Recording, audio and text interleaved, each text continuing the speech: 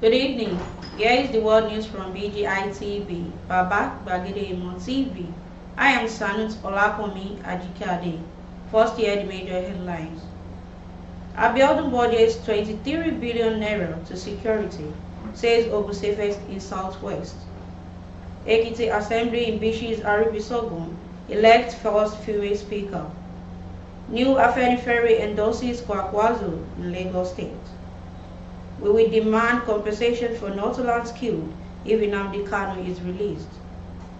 Boko Haram commander 49 fighters surrender to Nigerian troops. 80 chiefs demand removal of new monarch in Osun State. Man beats wife to death over school ownership. Girlfriend arrested for stamping boyfriend to death. Now on sport. Real reason I didn't play against Super Eagles. And lastly, on foreign, 14 people feared death, skulls injured as deadly earthquake rocked Indonesia. Now hear the news in details. Ogun State Governor Dapo Abiodun has embarked 24.4 billion naira, representing 5% out of 472 billion naira of the total budget proposal for the year 2023. Abiodun said this while presenting the 2022 budget proposal before the State House of Assembly members. The governor said the gesture was in a bid to have a more secure state where people can work and play. He however claimed that Ogun is one of the safest places in southwest states, considering the efforts so far made by the government towards ensuring safety of lives and property through the establishment of the state security outfit known as Amotekun, procurement of armored vehicles and host of others. Abiodun stressed that for a state to be economically vibrant, social well-being of the people must be guaranteed. Responding to the Speaker of the State House of Assembly, Olakunle Oluomo lauded the governor for ensuring that the dividing of democracy get to all and sundry. Moving to the next news. The Speaker of Ekiti House of Assembly, retired Honorable Boyega Aribisogun, has been impeached. Aribisogun was removed from seat barely 6 days in office. He was impeached and suspended indefinitely by 70 lawmakers for blocking the passage of the 2022 Supplementary Appropriation Bill. Aribisogun was immediately replaced by the Assembly Chief Whip, retired Honorable Olubumi Adelugba from Emore constituency, who was unanimously elected new Speaker by all the 17 lawmakers present at a plenary presided over by the Deputy Speaker, retired Honorable Akim Jami. The oath of office and the oath of allegiance was subsequently administered on Mrs. Adelugba, who became the first female Speaker in the history of Assembly since the return to democracy in 1999.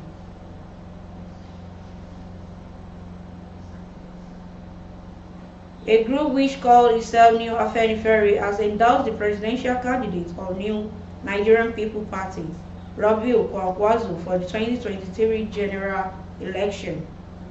Mr. Kwankwaso received the endorsement at a meeting with the leader of the Eater or No group on Sunday. We have called on our leader statesmen to not to impose on us anymore but allow us to choose our preferred presidential candidate, because we believe we are old enough to make decisions for ourselves and for our future, said Ajibade Adeyeye, coordinator of the group. He stated that, so on behalf of the New Afenifere, we have decided to forge ahead and endorse Kwankwaso together with his running mate, Bishop Isaac Idahosa. I beseech all Yoruba race, all Afenifere lovers, all those who desire good governance, who truly want true democracy to continue to exist in Nigeria, to join hands together with us. Responding, Mr. Kwankwaso promised to run an inclusive governance that would possibly touch every part of the country.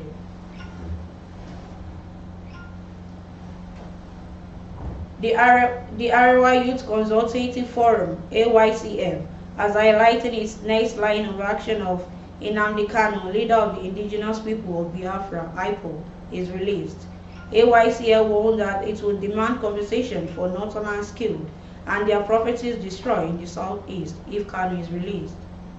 Yetima Shetima, Yerima Shetima, the national president of AYCM, said releasing Kanu will show a sign of weakness on the part of the government. Speaking with Daily Post, Shetima noted that releasing the IPOB leader could be interpreted to mean that the government was afraid of him and security agencies were overwhelmed. He stressed that Kanu's case would be used as a reference point for crimes committed in the future if released. According to Shetima, release Nnamdi Kanu because the Nigerian government is afraid of him. Release him because Nigeria's security has been overwhelmed by their criminals going about killing people like Northerners who go out to the region to conduct their legitimate business. No, it is not done in any society. All they need to do is buckle up and face the monster.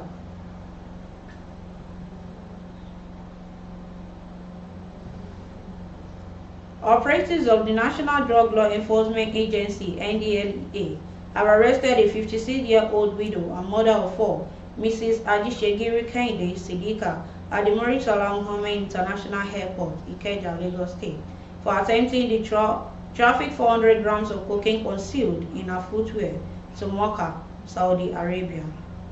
The suspect, who claims to be a businesswoman trading in adult and children wares on Lagos Island, was intercepted on Sunday, 13th November, while trying to board the Qatar Airways flight going to Saudi Arabia via Doha.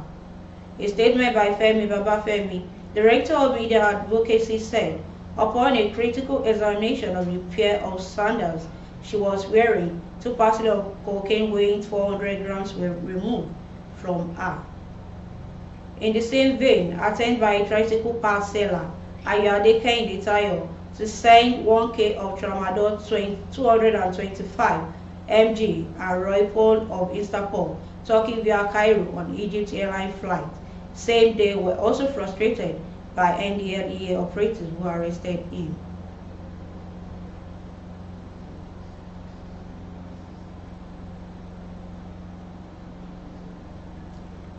Boko Haram commander 49 fighters surrendered to Nigerian troops.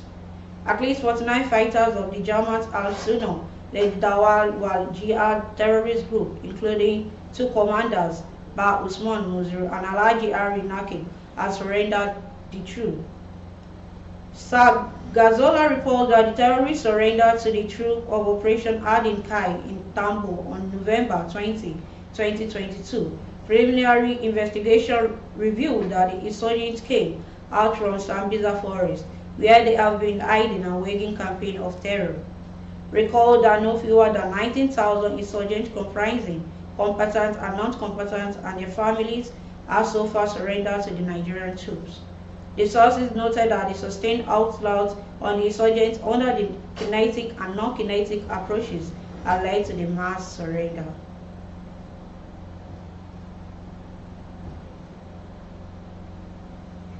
The removal of the recently enthroned Akiru, Oba Yunusa Akadiri, has been sold by 80 chiefs of the Ikiru community in Osun State, and the governor of that state, Adegoyega Oyetola, has been called to ensure fairness in the selection of a new king for the town. The traditional chiefs, led by the chief Yakub Fabi, told reporters on Friday at the NUJ Press Center in Osogbo that the Oba Akadiri was not legitimately elected and that the government acts in appointing and installing him were in violation of the ongoing legal proceedings. According to him, we want the current Akiru removed because he was not properly elected. In Ikiru, we don't choose a monarch through voting. The right that the new Akiru must undertake were not done because he was illegally appointed or selected. The way he was appointed is offensive to the culture of Ikiru people. Oba cannot be installed in the same manner an ordinary chief will be installed.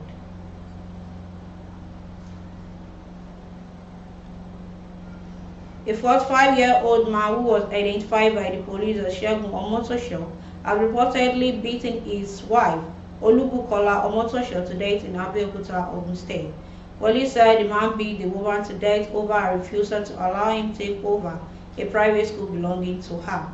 The man was on Sunday arrested by men of Ogun State Police Command, following a complaint lodged at the Kenta Divisional Headquarters on November 14 by the deceased elder sister.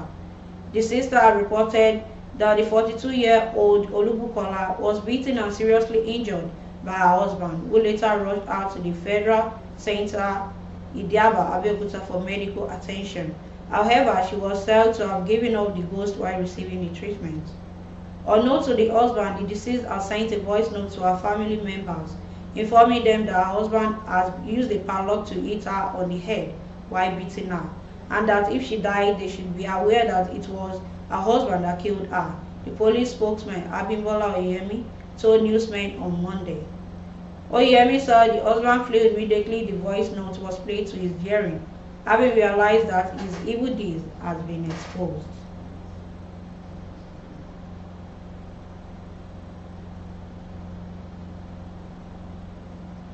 The Lagos State Police Command has arrested a lady, Esther Paul, for allegedly stabbing her husband, Sadiq Dairu, to death at Amusa Street, Agoke, in the Lekki area of the state.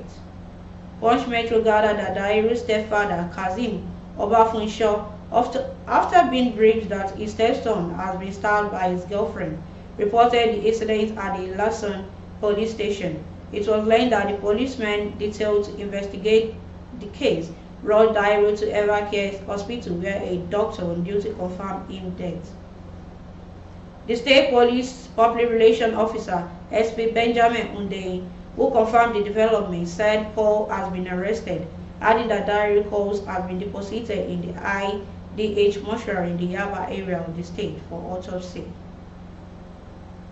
He added that preliminary investigation is ongoing. The case will be transferred to the State Criminal Investigation Department, Panti Yaba, for further investigation.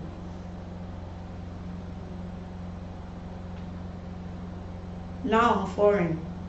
An earthquake has rocked Indonesia's main island of Java, killing at least 14 people and damaging dozens of buildings, Al Jazeera reported. According to the U.S. Geological Survey, the magnitude 5.6 quake on Monday was centered in the Cloud region in West Java, probing at a depth of 10 kilometers, which is equivalent to 6.2 miles.